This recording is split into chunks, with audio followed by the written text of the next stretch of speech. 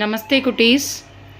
எல்லாரும் இந்த upcoming August month எக்ஸாமுக்காக prepare ஆகிட்டுருப்பீங்க இல்லையா? ஸோ நிறைய பேர் முன்னாடி பரீட்சை எக்ஸாம் எழுதியிருப்பீங்க. சில பேர் பிராத்மிக் ஸ்ட்ரைட்டாக எழுதுகிறவங்களும் இருப்பீங்க. ஐயோ பிராத்மிக் எக்ஸாம் ஆச்சு, என்ன பண்ணுறது அப்படின்ற நர்வஸ் வேண்டாம். ஸோ ஃபஸ்ட்டு நம்ம எக்ஸாம் அட்டன் பண்ண போகிறோன்ற பயமும் வேண்டாம்.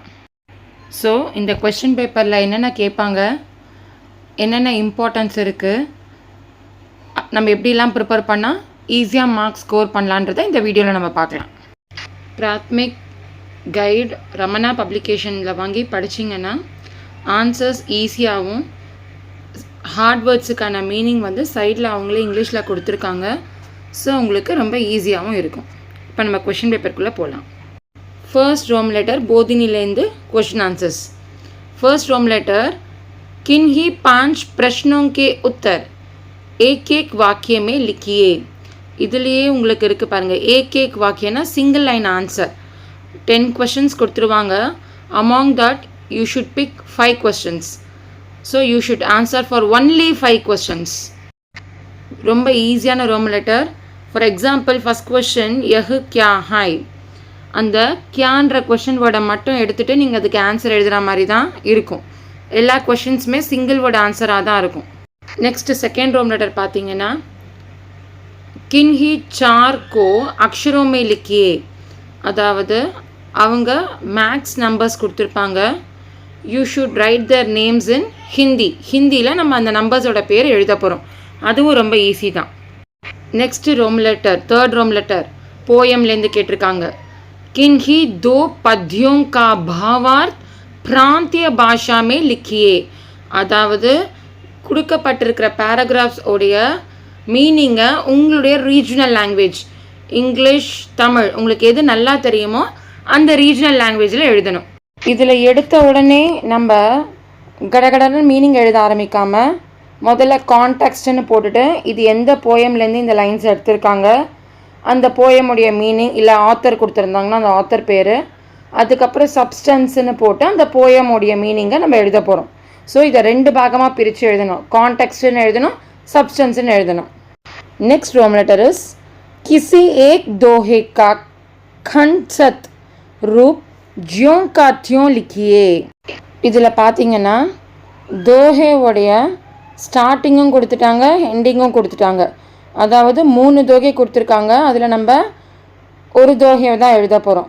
ஸோ உங்களுக்கு எந்த தோகை கிளியராக கரெக்டாக தெரியுமோ அந்த பங்க்சுவேஷன் மார்க்ஸோடு எழுதுங்க. அடுத்த ரோம் லெட்டர் பாருங்கள். किन्हीं 3 का अर्थ प्रांतीय भाषा में लिखिए. ஸோ கீழே கொடுக்கப்பட்டிருக்கிற வேர்ட்ஸுக்கு உங்களோட ரீஜனல் லாங்குவேஜில் மீனிங் எழுதணும். அவங்க 8 கொடுத்துருக்காங்க. அதில் உங்களுக்கு எந்த 3 நல்லா தெரியுமோ அதை நீங்கள் எழுதலாம், நம்ம சாய்ஸ் தான். அடுத்த ரோம் லெட்டரில் கின்ஹி 3 के விலோம் शब्द लिखिए. விலோம் शब्दனா ஆப்போசிட் வேர்ட்ஸ். 8 வேர்ட்ஸ் கொடுத்துருக்காங்க. அதில் வெறும் 3 வேர்ட்ஸோட ஆப்போசிட் மட்டும்தான் நம்ம எழுதணும். ஓகேங்களா? இதுவும் ரொம்ப ஈஸி தான். ஸோ அவங்க 8 கொடுத்துட்டு நம்மள எவ்வளோ எழுத சொல்கிறாங்க, 3 தான் எழுத சொல்கிறாங்க.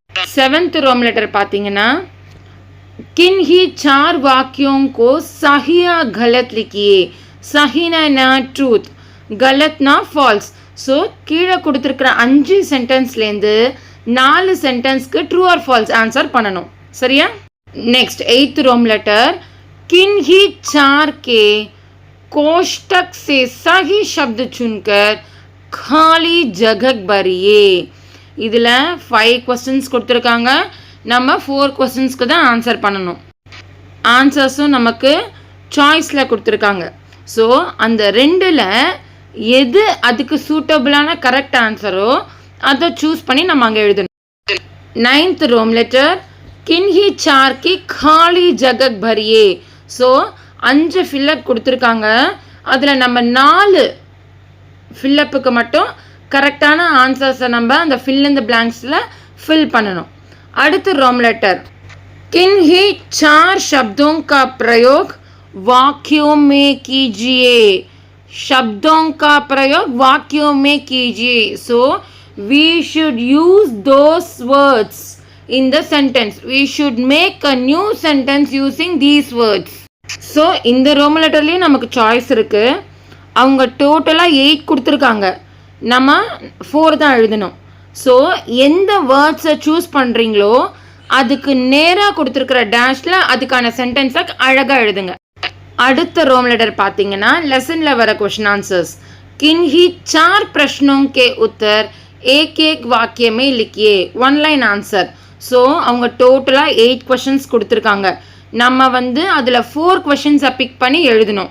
இதுலேயும் கொஷினுக்கு ஸ்ட்ரெயிட்டாக கொடுத்துருக்கிற டேஷில் நீங்கள் உங்களுடைய ஆன்சர்ஸை அழகாக ஃபில் பண்ணணும். நெக்ஸ்ட் ரோம் லெட்டர் இஸ் किन्हीं 2 प्रश्नों के उत्तर 3-3 वाक्य में लिखिए. ஸோ கொஷனுக்கு 3 லைன்ஸில் ஆன்சர் எழுதணும். 3 லைன்ஸ் ஆன்சர் நம்ம படிச்சிருப்போம்.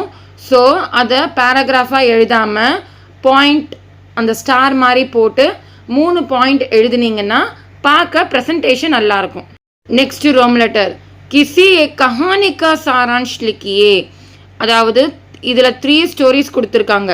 ஸோ நம்ம ஒரு ஸ்டோரியோடைய சாரான்ஷ் எழுதணும்.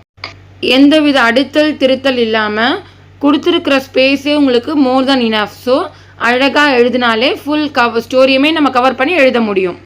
நெக்ஸ்ட் ரோம் லெட்டர் பார்த்தீங்கன்னா किन्हीं 5 वाक्यों का अनुवाद प्रांतीय भाषा में कीजिए. இப்போ நம்ம டிரான்ஸ்லேஷனுக்கு வந்துட்டோம். நம்ம சென்டென்ஸ் டிரான்ஸ்லேஷன் படிச்சிருக்கோம் இல்லையா, அது ஃபஸ்ட்டு நம்ம என்ன பண்ணுவோம், அவங்க ஹிந்தியில் கொஷின் கொடுத்துருக்காங்க. ஸோ நம்ம அதை என்ன பண்ணணும், இங்கிலீஷில் ட்ரான்ஸ்லேட் பண்ணி எழுதணும். ஸோ அவங்க 8 சென்டென்சஸ் கொடுத்துருக்காங்க, நம்ம வெறும் 5 சென்டென்சஸ் எழுதினா போதும். கொஷனுக்கு நேராக இருக்கிற டேஷ்லேயே ஆன்சர் ஃபில் பண்ணணும். நெக்ஸ்ட் ரோம் லெட்டர் किन्हीं 4 वाक्यों का अनुवाद हिंदी में कीजिए. So English to Hindi translation. இதில் each question carries 2 mark. So டோட்டலாக அவங்க 8 கொடுத்துருக்காங்க, ஆனால் நம்ம செலக்ட் பண்ணி எழுத வேண்டியது வெறும் 4 கொஷின்ஸ் தான். குட்டீஸ், இந்த வீடியோவில் பிராத்மிக் பேப்பர் எப்படி ஆன்சர் பண்ணுறது, அதுக்கான மெத்தட் எப்படின்றத பார்த்தோம். யூஸ்ஃபுல்லாக இருக்கும்னு நம்புகிறோம். ஸோ எக்ஸாமுக்கு நல்லா ப்ரிப்பேர் ஆகுங்க, நர்வஸ் ஆகாதீங்க. All the best.